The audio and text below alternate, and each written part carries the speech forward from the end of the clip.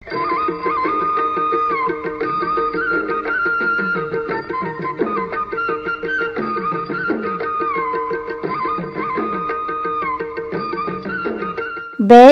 కథ. దివ్య జ్ఞానం. పట్టువదలని విక్రమార్కుడు చెట్టు వద్దకు తిరిగి వెళ్ళి చెట్టుపై నుంచి శవాన్ని దించి భుజాన వేసుకుని ఎప్పటిలాగే మౌనంగా శ్మశానం కేసి నడవసాగాడు. అప్పుడు శవంలోని బేతాళుడు, రాజా, మనుషులు అజ్ఞానులు కావటమే కాక వాళ్ళు పరిపూర్ణ జ్ఞానాన్ని గౌరవించలేరు. అందుకు నిదర్శనంగా దివ్యజ్ఞానికి జరిగిన అన్యాయం గురించి చెబుతాను, శ్రమ తెలియకుండా విను అంటూ ఇలా చెప్పసాగాడు. దివాకరుడనే రాజు కాంచనపురాన్ని పరిపాలిస్తుండగా ఆ నగరానికి ఒక సాధువు వచ్చి నగరం వెలుపల ఉన్న వనంలో ఒక కుటీరం నిర్మించుకున్నాడు. ఆ సంగతి తెలిసి నగర పౌరులు ఆయన్ను చూడబోయి ఆయనతో తమ కష్టసుఖాలు చెప్పుకుని ఆయన సలహా కోరారు.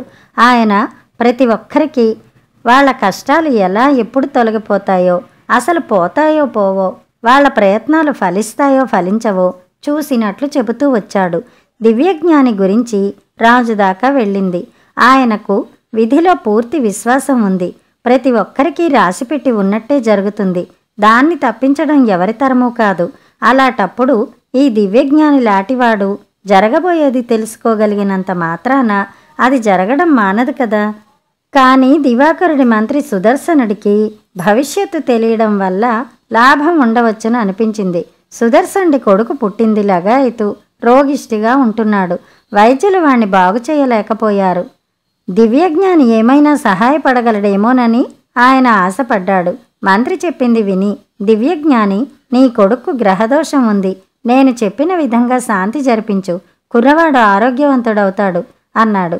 ఆయన చెప్పినట్టే సుదర్శనుడు శాంతి జరిపించేసరికి అతని కొడుకు నెల రోజుల్లో సంపూర్ణ ఆరోగ్యం పొందాడు.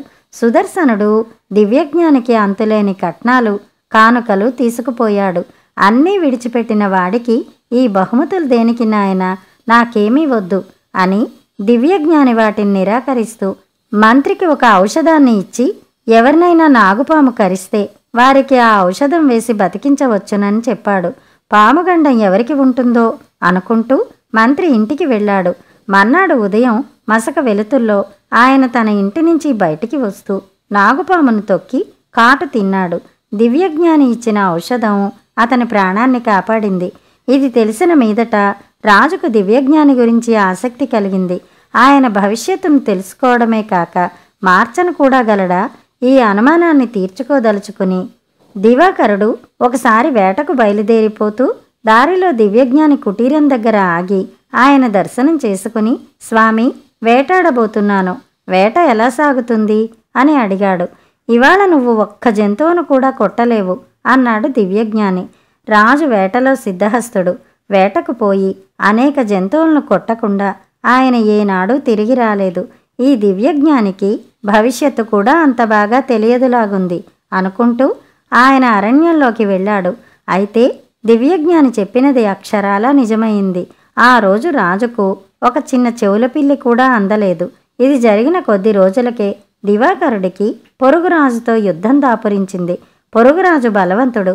దివ్యజ్ఞాని సలహా తీసుకుందామని రాజు వెళ్ళి అడిగితే దివ్యజ్ఞాని, యుద్ధం చెయ్యినాయన, నీకు జయం తేలికగా లభిస్తుంది అన్నాడు. ఈసారి కూడా దివ్యజ్ఞాని జోస్యం అక్షరాలా నిజమైంది.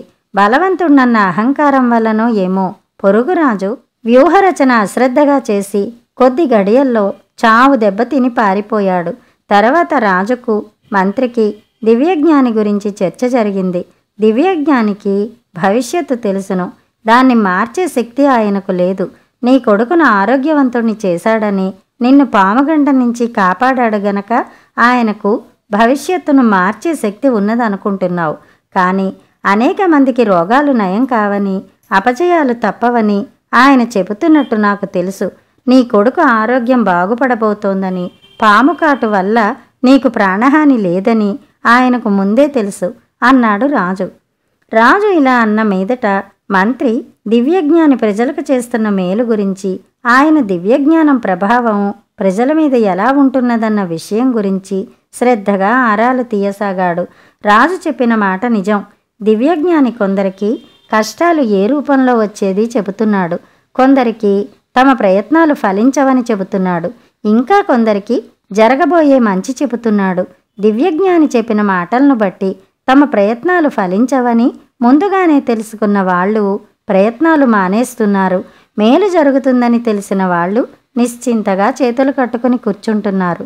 ఈ వివరాలు తెలుసుకున్న మీదట ఒక రాత్రి లోకమంతా నిద్రపోతున్న సమయంలో సుదర్శన మంత్రి 2 అంతరంగికులతో సహా దివ్యజ్ఞాని పర్ణశాలకు వెళ్ళి దివ్యజ్ఞాని నిద్రలేపి రథం ఎక్కమని ఒక అంతరంగికుడి వెంట ఆ రథంలోనే దూరదేశానికి పంపేసి 2వ అంతరంగికుడికి దివ్యజ్ఞానిలాగా జుట్టు గడ్డాలు మీసాలు పెట్టి పర్ణశాలలో ఉంచాడు.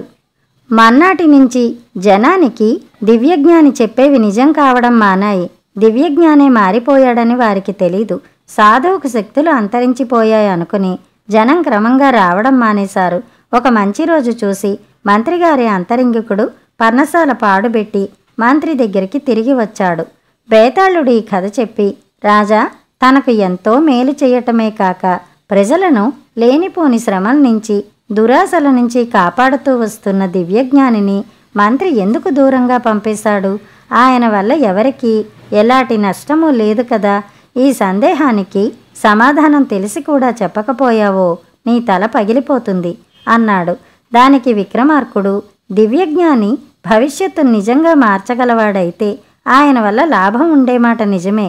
కానీ రాజు నిరూపించినట్టు ఆయనకు భవిష్యత్తు మాత్రమే తెలిస్తే అందువల్ల ప్రజలకు దేశానికి తీరని నష్టం ఉంది. భవిష్యత్తు రూఢీగా తెలిసినప్పుడు మనుషులు ప్రయత్నాలు మానేస్తారు.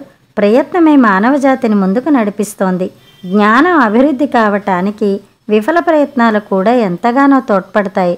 విద్య చెప్పే గురువు శిష్యులకు తప్పులు చేసే అవకాశం ఇచ్చి ఆ తప్పుల ద్వారా వారి జ్ఞానం పెంపొందేటట్టు చేస్తాడు. ఊరికే బోధించి పంపే గురువు శిష్యులను విద్యావంతులను చేయలేడు. బోధ ఎప్పుడూ శిక్షణ కాదు. ప్రజలైనా అంతే. ప్రయత్నం ఫలించదని ముందే తెలిస్తే ప్రయత్నం చెయ్యరు. మంచి జరగబోతుందని నమ్మకంగా తెలిసినా ప్రయత్నం తలపెట్టరు. అలాంటి ప్రజలు ఏదీ సాధించలేరు. వట్టి సోమరిపోతులుగా, జంతు ప్రవృత్తి కలవారుగా తయారవుతారు. చివరకు జంతువులు కూడా ప్రయత్నం చేస్తాయి. కానీ భవిష్యత్తు రూఢీగా తెలిసిన వారు కృషి మానేస్తారు. అది దేశానికి చాలా నష్టం. అందుకే మంత్రి దివ్యజ్ఞాన్ని సాగనంపాడు అన్నాడు. రాజుకు ఈ విధంగా మౌనభంగం కలగ్గానే బేతాళుడు శవంతో సహా మాయమై తిరిగి చెట్టెక్కాడు. కథ సమాప్తం. కథ కంచికి, మనం ఇంటికి.